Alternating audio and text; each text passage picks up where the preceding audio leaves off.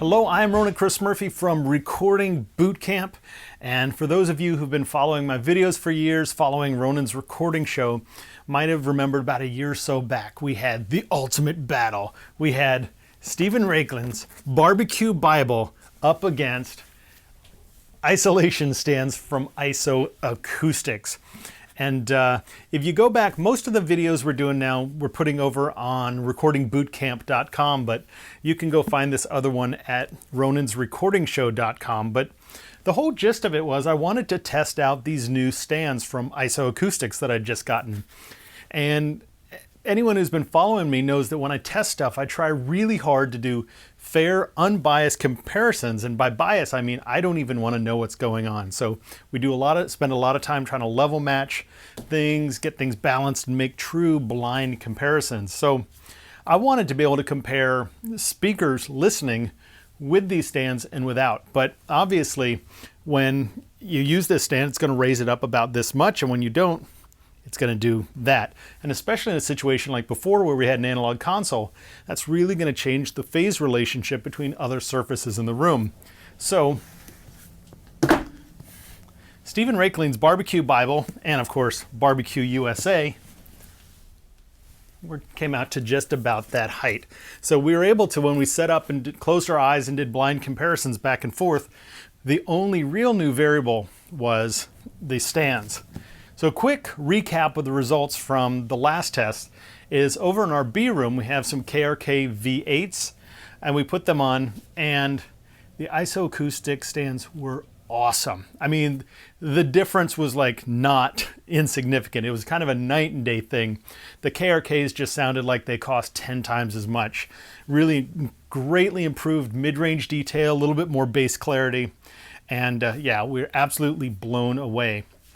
On the other hand, we tried with the NS10s in here back when we had the analog console, and I wasn't kind of so nuts. It didn't do something for me that would make me want to install these on a regular basis. And I have to throw this in that when I talked with the owner of the company, we ran into each other at a trade show, he told me a couple things. One, he said, I noticed in your video you had them pointed the wrong direction. The logo wasn't in the front.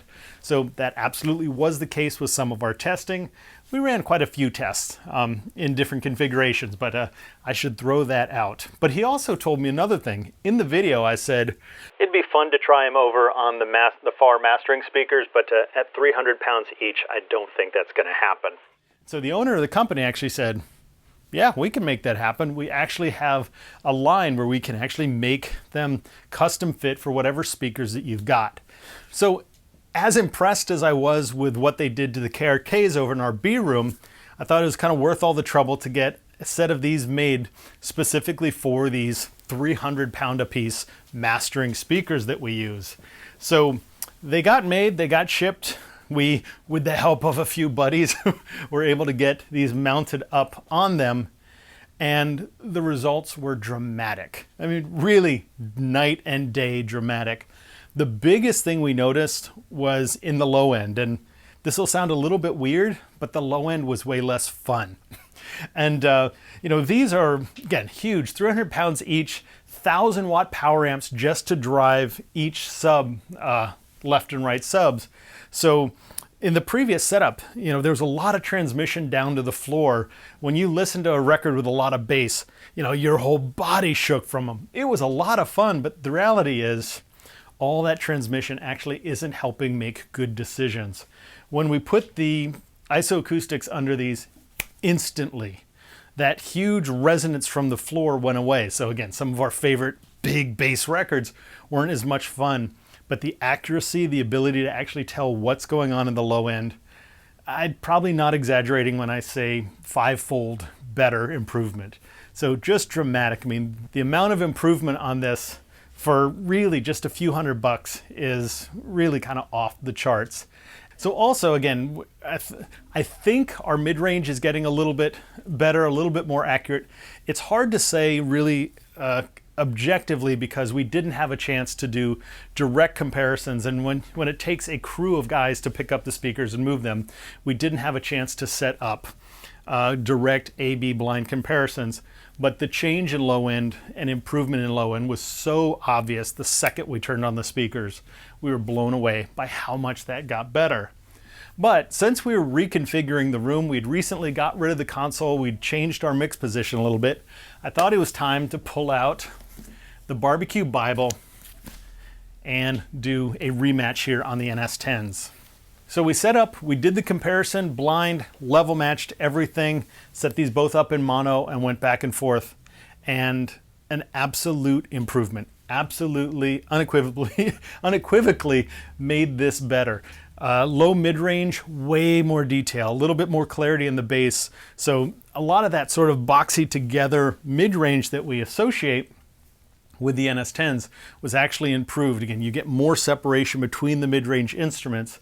And in my opinion, it was way easier to start to make kind of informed, detailed EQ decisions and really seeing how they're going to affect all the different instruments clumped up in that mid-range.